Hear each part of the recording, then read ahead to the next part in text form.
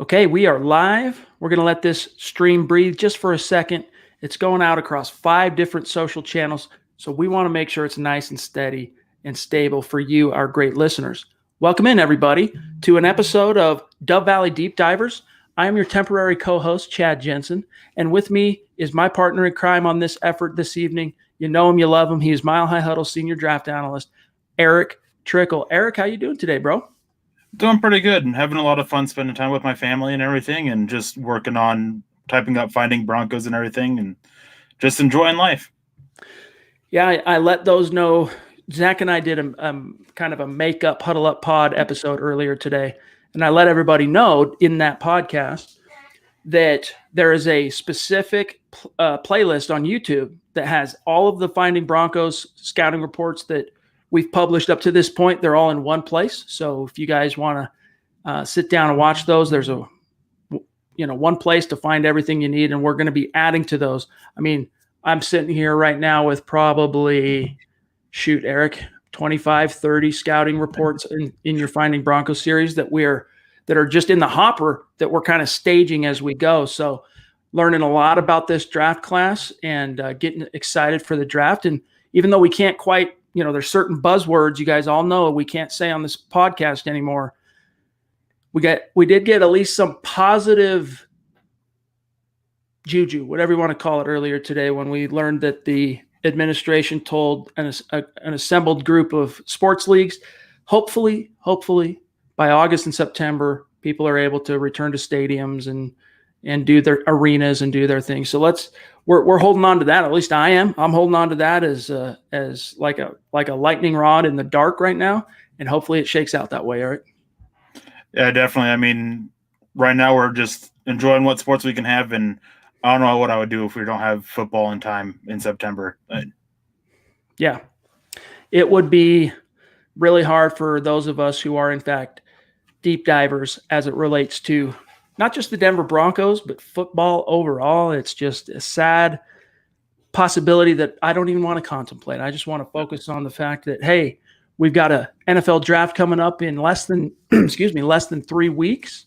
And we've got some relatively positive storylines coming out of Washington that August and September, guess what? It's not going to be The Walking Dead. All right. So we're going to be okay. We got an interesting topic that I wanted to pick Erick's brain on. So blame me for the topic of tonight's show on the 5 most likely candidates to hear their name called by the Denver Broncos at pick 15. Now that's assuming the Broncos stay at 15. And we're going to get to that here in just one second. First, though, a couple of really quick matters of business, guys. Make sure you follow this show's Twitter account. If you're on Twitter, at @DVDD_pod. That's how you stay in touch and plugged in with everything Erick and Lance are doing on the daily. And then while you're at it, you want to follow the main podcast account, Huddle Up Pod, which tweets out links and updates and everything from all 3 of the Mile High Huddle podcasts. And while you're at it too, the main account for the site itself, at Mile High Huddle. And those of you listening to this as a podcast after the fact, make sure you head on over to Apple Podcasts, leave a creative review. Let us know how you're doing, whether you're reviewing the Huddle Up podcast, you're reviewing Dove Valley Deep Divers, or Building the Broncos. It's a easy, organic way that you can support what we're doing here and help the Huddle Up podcast, which includes Dove Valley Deep Divers, which includes Building the Broncos, continue to climb up the Apple Podcast charts. So take care of that business. All right, Erick, let's unveil it. The 5 most likely, and by the way, guys, we're going to get to your comments and questions and whatnot here just in a few minutes. And any questions that you do have, we got to keep this podcast a little bit shorter than is traditional. We usually kind of keep it at about an hour, and it's my fault, but we got to keep this one about half that long today. So we're kind of shooting for about a 30-minute podcast. So whatever your questions might be, get them in early. And as soon as we get done discussing these 5 guys here in just a minute, we will get to your questions. Buona Beast, what's up, my friend? Anon, Stu, Rebels Legacy. We'll get to you just one second. Let's talk about these 5 prospects, Erick. And this is Erick's list. This is who he's hearing would be the 5 most likely candidates. Of course, it includes the blue chip 3 wide receivers of Henry Ruggs, CeeDee Lamb, Jerry Jeudy. Tristan Wirfs, probably not a big surprise, the offensive tackle from Iowa to anyone watching right now. The one that did surprise me Eric, Xavier McKinney, the DB, the safety.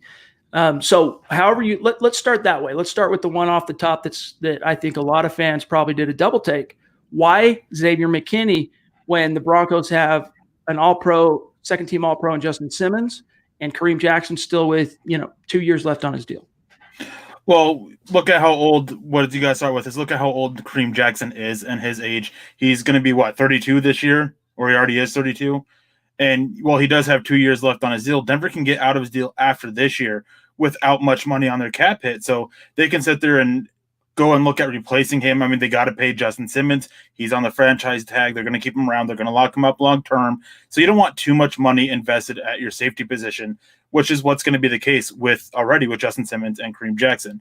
Not only that, Vic Fangio recently spoke at the Combine about using more 7 defensive backs to help cover up the issues that Denver's getting from their coverage with their linebackers. So Xavier McKinney, he's that guy that can really help in that coverage ability there, giving them that number 3 corner or that number 3 safety that can come down and play the slot corner position and really do what Will Parks did for the defenses last year. As we all know, Will Parks left. He booked it to Philly on a cheaper deal to get a chance to start and basically return home. So Denver's looking for that number 3 safety, and Xavier McKinney can step in. He can be developed. He's got this wide range of skill sets that fit right in to what Vic Fangio wants out of his defense, and then eventually take over as a starter, whether it be after this 2020 season or letting Kareem Jackson finish out his deal and then going with Xavier McKinney and Justin Simmons after the 2021 season. Yeah, I mean, this is going to be Kareem Jackson's age 32 season. When the Broncos signed him, he was 31. So that is a very fair point. And one of the unfilled needs at this point heading into the NFL draft is that third safety position. But it did surprise me even more so than, taking what's the kid from Oklahoma, the linebacker? I always brain fart. Kenneth Murray, thank you. Or Patrick Queen, the linebacker from LSU. Looking here at Xavier McKinney, this is from the Finding Broncos scouting report that Eric has already published at milehighhuddle.com. I'll put the link here in the comment stream. When you guys get some time, you can go check that out. But I want to read a couple of excerpts here. This is a DB that's 6 foot, 201. He ran a 4.63 40, put up 19 reps on the bench. And I'm looking at his statistics here. Lots of tackles, some sacks, some picks, some forced fumbles. The guy's a playmaker. If you were to compare him, I know this isn't your favorite thing to do, but not everybody's, Eric, is a draftnik and knows the name of every single player in the class and whatnot. One of the easy ways for fans who aren't as dialed into every person in the class is pro comparisons. If you were to compare him to an existing NFL player, who would it be? I think that one comparison that I've heard that I really like is Malcolm Jenkins, just with the versatility that he brings to the defense, being able to play that deep safety, being able to play closer to the line, play in the slot, and even potentially, depending on the receiver's matchup, he can play out on the boundary too. So he just has that complete versatility to play anywhere in the secondary for the Broncos, similar to what Malcolm Jenkins brought with the Philadelphia Eagles over the last few years. And Malcolm Jenkins, he's not a sexy name in terms of he's not one of these guys that has a really high profile, not a lot of personal accolades. He's got a couple of rings though, and he plays at a really high level and he's made a ton of money in the NFL. So if you're getting compared to a guy and your name is Xavier McKinney like that can't be anything but a good thing. I think the one that everyone's, the ones I should say, everyone's pretty familiar with here, Eric, on your list, Henry Ruggs, CeeDee Lamb, Jerry Jeudy. What are you hearing as we inch closer to the draft in terms of the first wideout that's probably going to be taken off the board? Well, there's been some speculation that Henry Ruggs is going to be the first wide receiver taken, and I've actually heard a lot of that myself too in conversations I've had. But the conversations I've had with these people saying that is that they believe that Denver is the team to land him, either by trading up and going and getting him, or just receivers not going as early as people are talking about. I've had multiple conversations with guys in the NFL that have said that receiver maybe start going off the board at 15, not going off the board at 11 or 12, as a lot of people have been speculating. So obviously there's a lot of smoke in here, hard to decipher what is smoke, what's real. Right. So that's something to keep an eye on. But definitely Henry Ruggs is one name that's being talked about it. And after him, CeeDee Lamb is the other guy being talked about being the first wide receiver taken. Which one is the best fit? Do you maintain Ruggs would make the most sense in terms of the perfect complement to Sutton and also the perfect complement based on the needs and demands of this scheme that's going to be installed soon by Pat Shurmur. If I had to pick one receiver of these three that's the best fit for the Broncos, it is definitely Henry Ruggs. Yes, he has tremendous speed. I mean, he averages 9.4 yards per second gained, with translating his 40-yard dash time to what he's doing on the field. That's almost a first down in a second. So that's huge numbers right there. He brings his speed. His route running is not the best, but it improved as the season went on. He has great hands. He only had, I think, 3 total career drops. And he had, I think it was like 24 touchdowns, like huge touchdown to catch ratio, just made tremendous plays, ran multiple routes at Alabama. I mean, the slant was one of his best routes, not just the go route or the deep post. I mean, he killed it with the slant. He was just able to get off the either press or a free release. He was able to get on there, get quickly onto his break, get open, and just speed off with that. But his speed is something that just opens up everything else. So for everyone else on the Broncos offense. And I spoke to one scout who was in there saying that out of all the players in the draft, Henry Ruggs might be the player that has the biggest impact, the quickest in the NFL, just because of what his speed opens up for everyone else on offense.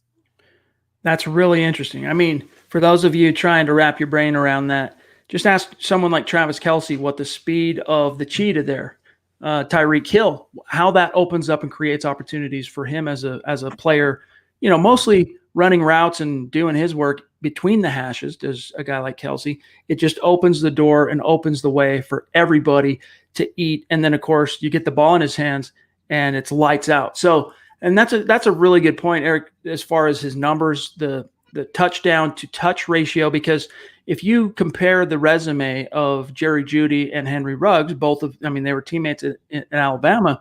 You look at the numbers, and Jerry Jeudy had significantly higher production from a catch and yards perspective. But when you take the touchdowns and also the yards per catch, Ruggs beats, he emerges head and shoulders, even though Jeudy had, I think, 2 more touchdowns and over that same 3-year period than Ruggs did. It was after significantly more touches. So it's a really interesting dynamic. Any of those 3, though, I think most fans would be excited if that's the pick for the Denver Broncos at 15. What are you hearing, though? And then we'll grab Bronx Legend here. What are you hearing about Tristan Wirfs? There's been a lot of speculation going around that he may be better at guard in the NFL than tackle, and this is coming from a lot of guys in the NFL. I personally feel that he's a guy that you can plug in at left tackle right away, let him grow and develop at the position, and 3 years from now, you're talking about him being one of the best left tackles in the NFL. I'm perfectly fine with that. I think he answered the questions about the fact that he is a tackle at the combine, but there are still some in the NFL that have that concern. And I think that is going to be a reason that if he falls, that will be why, is because a lot of people, they're trying to go away from, unless you are a guard like the guy the Colts took at 5 a couple years ago. Oh, no. You're going to put it on me, who can never remember names. I can't think of Quentin Nelson. There you go. Nelson, unless you're a player of his caliber at guard, then you're not going top 10. And as good as Tristan Wirfs is, he's not viewed as that same kind of caliber of a guard in the NFL as Quentin Nelson is, or as a prospect. He's going to have a lot to learn. But as a tackle, I mean, the athletic upside that he has and brings to it, and he has a pretty sound technical base. So I like the fit there at tackle. I think that Denver, if they end up drafting him, if he did fall, I think we would start hearing a lot more conversations about moving Graham Glasgow to center, letting Tristan Wirfs play at right guard, let him develop, and then move him out to tackle if Juwan James gets hurt, or if Denver moves on from Garrett Bolles or Juwan James after the season. It just opens up a lot more options with them going forward as well. Speaking of Bolles, and then we'll grab Bronx here, we're inching closer to the decision point for the Denver Broncos, which will come not long after the draft on Garrett Bolles' 5th-year option. If you had to make a bold prediction today, do you think they pick it up? Because I'm predicting that they do end up picking it up. But what do you think? I think they'll end up picking up his 5th-year option for it. I don't think that they'll get a offensive tackle they like high enough for them, and that's what it's all going to come down to. There's a reason why the deadline for it is after the draft. There's a reason why they're waiting until after the draft. They want to see how it goes. If for some reason the best player on the board happens to be Tristan Wirfs, I could see them declining the option there. But I think that other than Tristan Wirfs, I don't think there's an offensive tackle at 15 they'll take. Maybe second round then at that point. But I think at that point you're just looking at somebody who can possibly play right tackle and still picking up Garrett Bolles' 5th-year option. Let's grab Bronx Legend, who jumped in with a $5 donation. We appreciate you. Says, so many that I would like at pick 15. If Ruggs and Isaiah Simmons drop to 10 or 12, who would you rather have? #dream scenario. Eric, I'll let you answer that one. This is actually really tough because I view them as similar players on both sides of the ball. Henry Ruggs opens up so much for everybody else on offense. Isaiah Simmons opens up so much else for everyone else on defense. All in all, I think that basic need versus the position strength of the Broncos, I think that I would have to go Henry Ruggs, and I love Isaiah Simmons. He's my number 2 overall player, I believe, on the board, maybe my number 3 overall player. Tremendous player, tremendous athlete, can do whatever you want on defense, but Vic Fangio has gotten a lot out of his defensive players that aren't as high a caliber as he is. And I like the depth at linebacker a little bit more. And linebacker is one position that you can wait a little bit and get guys in the 3rd or 4th round that have a similar impact on defense as guys that you get in the 1st and 2nd rounds. Wide receiver, you start to see a drop off there. And just, again, Henry Ruggs' speed opening up everything else for it and everything else that he brings to the table, because he's not just a speed receiver. Everything else he brings is just a tremendous compliment to what Cortland Sutton and Noah Fant bring as well. Okay, you heard it there. Ladies and gentlemen, let's grab Terry, one of our Super Chat superstars, jumping in with a $5 donation up in Canada and proving that Broncos country is not a geographic location. It is a state of being. Appreciate you, Terry. He says, who's Erick's dream pick at 46? That would be the Denver Broncos 2nd round pick. Hashtag Erick's tie rocks. Hashtag dad hat Chad. Amen to that. Who would be your dream pick at 46? Can I cheat and say Isaiah Simmons or Henry Ruggs and take the other one at 15? No, but seriously, it'll really depend on what happens at 15 or with the 1st round pick. If they move up and get Henry Ruggs, I think a guy like Ezra Cleveland or Lucas Niang would be there. I think those would be good options as a developmental tackle, a guy who can start right away this year if need be, but mainly you're developing them to be the guy afterwards. Someone else, Trevon Diggs, Jeff Gladney, I think would actually really be my dream pick. I love his fit in the Broncos scheme and his ability to go and attack the ball. You know, he's a guy, and by the way, Steven jumps in with the $10 donation. Appreciate you, bro. You're on the Mount Rushmore, as you know, of our MHH community. So consistent, and it really means a lot to us. Doesn't matter which podcast it is, you show up and you contribute and you're part of the conversation. And we love you, Steve, okay? Don't get weird about it. We love you. He says, hey, guys, I hope we get Ruggs. So Steve is like many in Broncos country at this point, Eric, who are pining for Henry Ruggs for the Denver Broncos. And Dave Cromwell jumps in with a $2 donation. Appreciate you, Dave. He says, which of the 3 wide receivers is most likely to be at 15? So that's a different angle of the same question, but what do you think? I think even though he's my number 1 receiver, I think CeeDee Lamb actually has the best chance. I've heard a lot of people high on Ruggs in the NFL world, and I've heard a lot of people that are high on Jerry Jeudy as well. So I think of that, I think CeeDee Lamb, there's some concerns about his play style, which I don't get personally. I think that he's basically DeAndre Hopkins. That's who I compare him to, his ability to contort and go get the catch. He can make plays after the catch, just everything else. I think that he is the guy that's most likely to be there.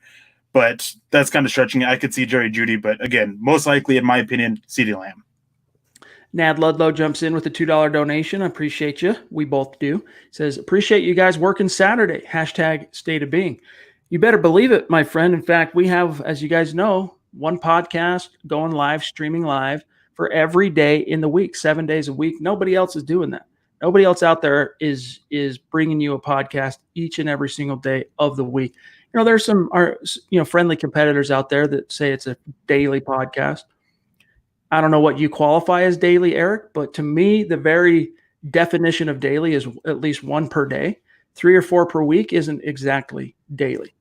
Let's grab this question here. An interesting point from Chris Sanders.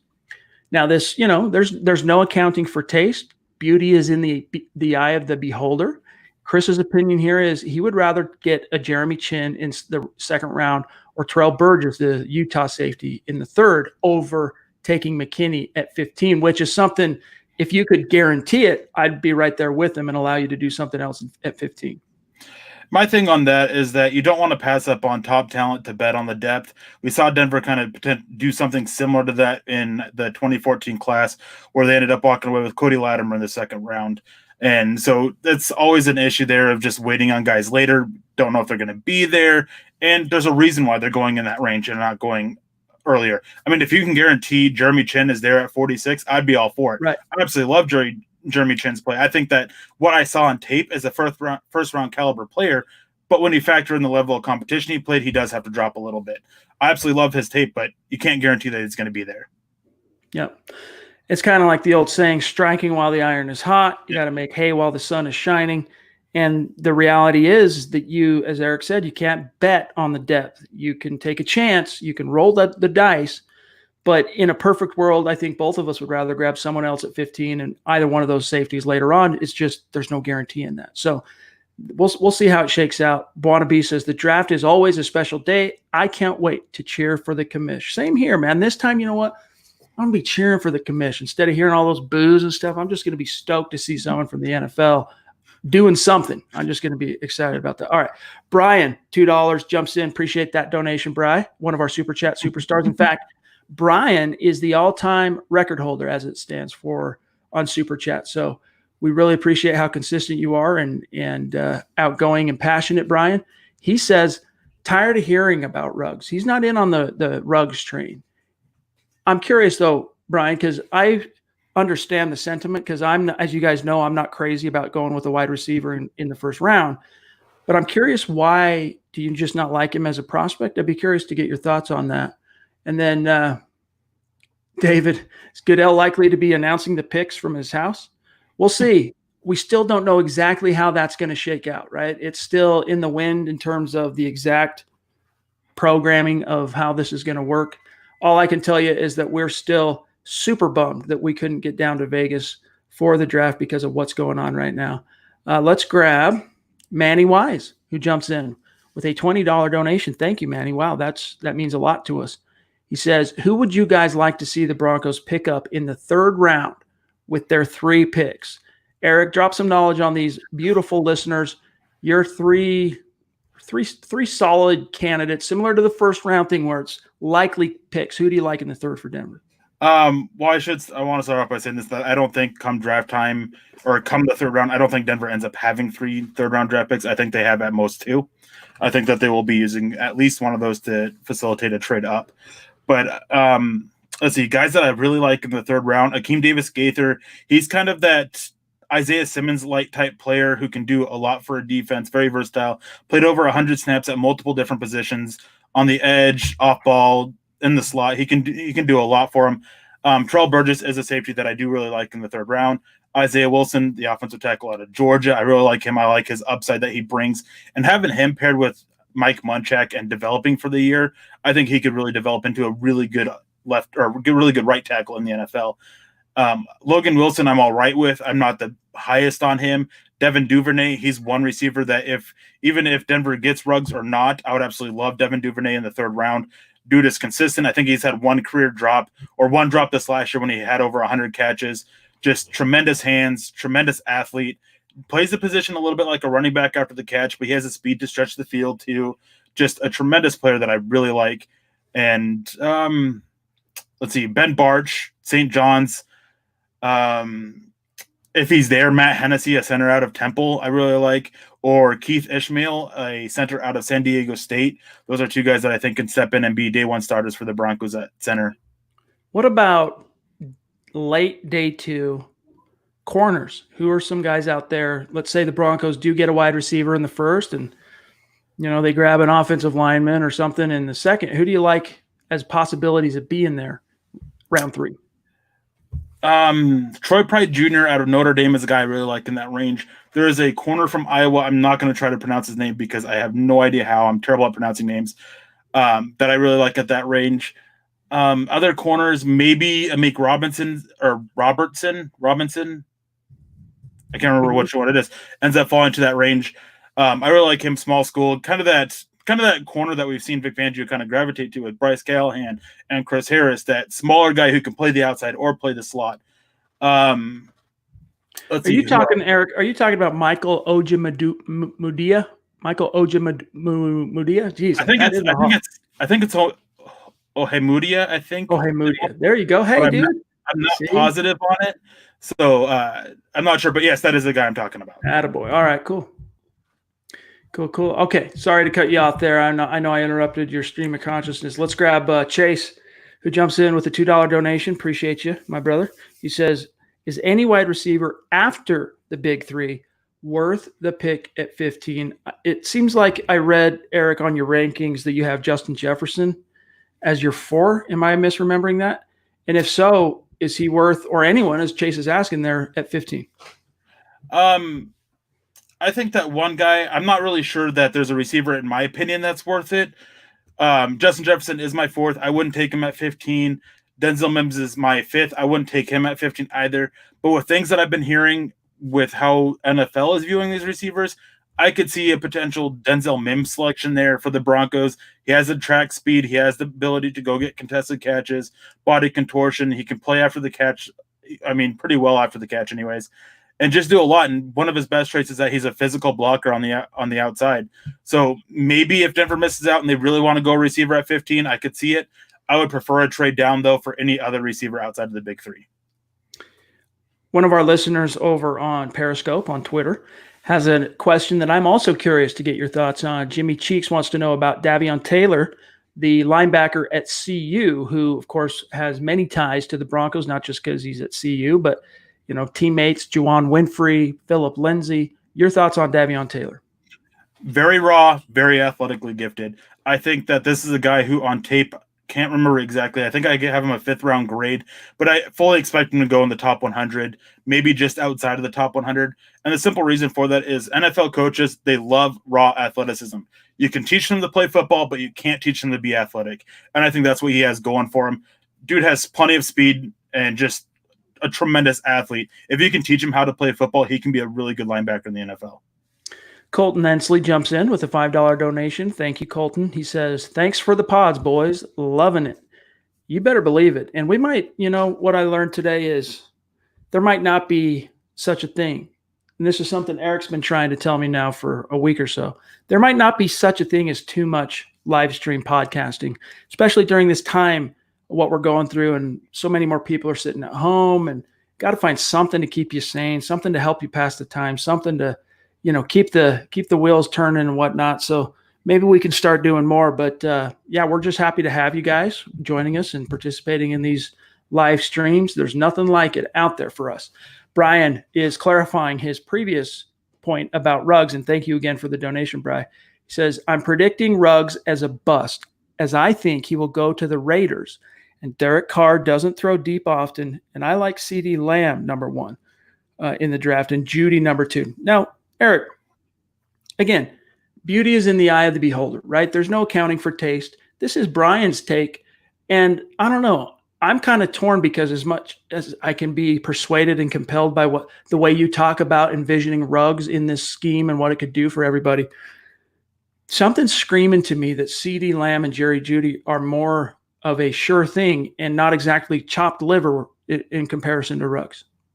They're both great prospects, and I think that the one big concern with Jerry Jeudy is that while he's an excellent route runner, we've seen excellent route runners coming out of Alabama and the Ridley brothers, and have them see them fall a little bit. I mean, NFL teams, they want that speed, they want that athletic ability, and Judy's kind of limited there. So I think that's one concern when it comes to the Raiders. And I don't exactly disagree with this. I think that if Henry Ruggs did go to the Raiders, he won't see the stats that he might see with another team. But I think that he'd be able to impact that offense in different ways because of the threat his speed brings. I wouldn't be shocked at all if he opens up and we see a even better year from Darren Waller or some of the other receivers that they have, guys whose names I can't remember because it's the Raiders and I don't care. The Raiders. But Darren Waller is the only name I did just because I just talked about him in a comparison actually to another player in this draft. Claypool? But Claypool. But yeah, I think that he would impact them in different ways. I don't think he'd have the stats he would elsewhere. So I can kind of agree with that. But also we have to wonder if the Raiders go get a Justin Herbert, which there's a lot of rumors going around about that maybe they'd open up that deep ball a little bit more. Buana wants to know, what do you think about the cornerback named Riley from Army as a prospect? I know nothing about this guy, so I don't know if you have an evaluation on him. I haven't had a chance to watch him. I don't get a chance to see many of the academy guys. So, Todd, appreciate that, my friend. Guys, that's an easy way that you can organically support what we do to bring you these podcasts every day is wherever you're watching, whether it's YouTube, Facebook, Twitter, Twitch, wherever you're watching these live streams, simply liking this video, this stream does a lot in terms of vaulting this each video and getting it out to a wider audience. So appreciate that, Todd. All right, let's grab a couple more, and then we got to get out of here for tonight, unfortunately. Let's grab Orange Crush with a $5 donation. Appreciate you, my friend. He says, why not go BPA, best player available, and let the chips fall where they may? Drafting for need is going to get you in trouble. I like Derek Brown, the Auburn D tackle, and Javon Kinlaw from South Carolina, D lineman, if they are there. Orange Crush, you and I probably share a little bit more of a brain on this specific topic. However, Eric, one thing that I hate to burst people's bubble on this, but I have to remind people every once in a blue moon, when it comes to BPA, that is a oft used but little understood trope or cliche. The truth is, teams don't just draft best players available on the board if it's not at a position of need, with very few exceptions of some sort. Now, you can define the need in terms of its severity or urgency, Eric. But for example, if you already had a Pro Bowl wide receiver and you drafted a wide receiver in the first round last year, and you go on the clock in the first round and that number one player on your board who's available is a wide receiver, there's a good bet you're probably taking the next player on your board as an example. So in other words, the best way to think about it is best player available at a position of need. And guys like John Elway, what they like to say is, and hopefully we get a good player, the best player available at a position of need. So, they speak in riddles as well. Yeah, this is something that I've spoken about a lot on, is BPA is definitely its best player available at a position of need. And that's just how it is teams, they know that they have to build the roster. You can't consistently take the pure best player available, because otherwise you're going to get overloaded at one position, whereas another position is going to be so weak that you're just not getting production out of them. So you have to balance that out. And I'm actually with you. I am all for, I've been pounding the table for Javon Kinlaw for months. I'm a big fan of Derek Brown. I would take either one of them at 15 right now, even with Shelby Harris coming back, Jarrell Casey being traded for, Mike Purcell coming back. I mean, Jarrell Casey is going to be 31 this year. Shelby Harris and Mike Purcell, that's only 1-year deals. You still have to worry about the future of it. And the depth of the Broncos defensive line is still in tatters because of everybody who left. I mean, Derek Wolfe and Adam Gotsis. So you still have to factor that in. I like Derek Brown a little bit more than Javon Kinlaw at 15 because he can come in and beat out Mike Purcell for the nose tackle spot. But I would take either one of them because, in my opinion, defensive line is still a pretty big need. Amen to that. Let's grab Todd's question here. He says, how far back could the Broncos trade back and still get Mims? This is one that I kind of mentioned this on Twitter just a couple days ago, that I think that if Denver wants to move back and get Mims, I think that they'd just be best off staying put. I don't think that they can move down very far because there are other teams that like him in that 16 to 21 range, Eagles, that if they don't miss out on the top 3 receivers, Mims is their next target. So I think that if Denver wants him, it's just best to stay put. I don't think they'd be able to move down very far. Maybe 17, maybe 18, somewhere there, but just don't think that it'd be a huge move to make it worth it. By the way, Chris, we appreciate that. 2 Mile High Huddle pods in a day. What's better than that? Thanks for the great content, guys. You bet, man. Dylan, by the way, he's I don't know what you're talking about here, but I wanted to give you a shout out because you had a significant super chat on Thursday night. And even though we got to put your comment or your name and whatnot up on the show, it was one of those times where the comment stream passed by the super chat, so we couldn't show the card. I just wanted to show you a little love, man. We really appreciated that. Did not go unnoticed. You are the man, my friend. All right, let's grab a couple more, guys. Then we got to bounce on out. Let's see. Bear with us for just a second here. Let's grab a good one. Well, I know we've already answered one from Todd, but it's a dang good question. What do you think of the overall defensive tackle class? He says, I think this is a great class for the Broncos to grab some impact players on defense. What are your thoughts overall? I think this class in the top 100 has some good prospects. After you get out of the top 100, I think that it's very limited with what you're looking for. I think right when maybe some guys slip to the 4th round, but it's just, I don't want to say it's top heavy because, you only have really Derek Brown and Javon Kinlaw at the top, but it's got good depth in that one top 100. And then after that, it's maybe this guy can develop into a depth piece, maybe not. Guys that I wouldn't really spend high picks on and just kind of start hoping that maybe they go undrafted and I'll look at them then. All right, guys. I hate to be the one to cut any podcast short, but we really do have to only grab one or two more. I'm just trying to find the right comment that's an actual question here. Jerry with the, I was going to grab you, Jerry, but it's not really a question. Here's a good one. I've already read some of your analysis on Benito Jones, Ole Miss, right? But, am I thinking of the right guy? Yep. Chris wants to know, do y'all like Benito Jones, big defensive tackle, Ole Miss? And what round is a good round to pick him? Round 6? I think he's a very solid nose tackle. I'm not sure he's really an upgrade over what Mike Purcell brings to the table. But if Denver wants to look at him and add another competition, another piece to compete there at the nose tackle position, I think that 6th round would be very fair for Jones. All right, guys, last one from the mayor of our MHH community on YouTube, Buona Beast himself. He says, I think the Panthers will change the draft. Where do they go? Does the trade for Okung take tackle away completely? Let me pull up. I'm not even sure what the order is. Let me just pull it up real quick so I have a visual. I have some of them in mind, but not. Okay, so Panthers are picking 7. What are your thoughts to what he's saying there, Eric?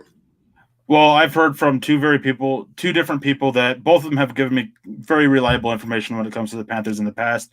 One of them said that the Panthers are Isaiah Simmons' floor, and the other one said that the Panthers are Derek Brown's floor. So I fully expect them to go defense. I mean, with losing Luke Kuechly, with their defense line kind of taking some big hits with losing they lost Dontari Poe and Gerald McCoy, I think, both of them. So they took some big hits on the defensive line. So Brown makes sense. Isaiah Simmons to fill that linebacker spot. I think those are the two positions they're looking at. I don't think that quarterback's really where they're going, but obviously we don't know. I don't know for sure. I think that they are a team that they want to build up the rest of the roster, go out there, see what they have, evaluate, and then just go after like a Trevor Lawrence, a Justin Fields, or a Brock Purdy in the 2021 draft.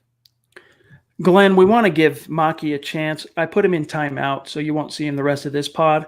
Maki, if you're still listening, you're not able to comment in the stream, just try and be kinder, right? It's not always what you say, it's how you say things.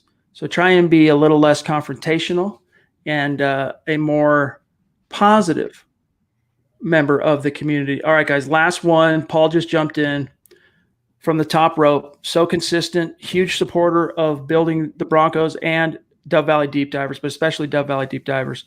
Paul, he says, thanks for the pod. I know we both appreciate that. But Paul, and you've been a long-time listener of Mile High Huddle podcast, so it does not go unnoticed. We really appreciate you, my friend. Last one, Brian, keeping us on the hook means a lot. Appreciate that, my brother. All right, guys, we got to wrap this up for now. Thank you for joining us. Mile high salute to each and every one of our Super Chat superstars. Appreciate Buona Beast for keeping everybody on the straight and narrow in the comment stream. And, Maki, we had to put you in timeout, but that doesn't mean we don't love you. Come back next time and just keep it civil, my friend. Otherwise, here's what's to look forward to, guys. First and foremost, a reminder I'm sure most of you are following Eric on Twitter at Erick Trickel. He's a guy that you want to follow around the NFL calendar. Let me get that out in front first and foremost, but especially during draft and pre-draft, make sure you're following him on Twitter. And then also the DVDD_pod on Twitter, just to stay plugged into any programming changes, what's coming, what you can look forward to. After all, they have 2 of the 7 podcasts, our live streams each and every week. So you want to make sure you're staying on top of what they're doing. You can find me at Chad and Jensen. And this is especially crucial, guys. If you're on Twitter, follow at Mile High Huddle. And then here's what to expect. I'll be back in the saddle tomorrow, 6:15 Mountain, 8:15 Eastern for Huddle Up Podcast. We're thinking of doing some kind of a mock draft roundup, just kind of going over some of the mocks from the bigger national draft nicks over the last week. We'll see how it goes. But until then, though, guys, have a great weekend. And Eric, great job these last 2 days. And we'll be talking to you here soon, guys. 3 or 4 Finding Broncos coming out every day at milehighhuddle.com. So make sure you're staying plugged into that. And Eric, you're doing a great job there, my friend. Thank you. Really appreciate that. All right, guys. Sorry to cut you a little bit short here tonight, but we got to go. For Eric, I'm Chad. Thank you for watching and participating in Dove Valley Deep Divers. We will talk to you next time.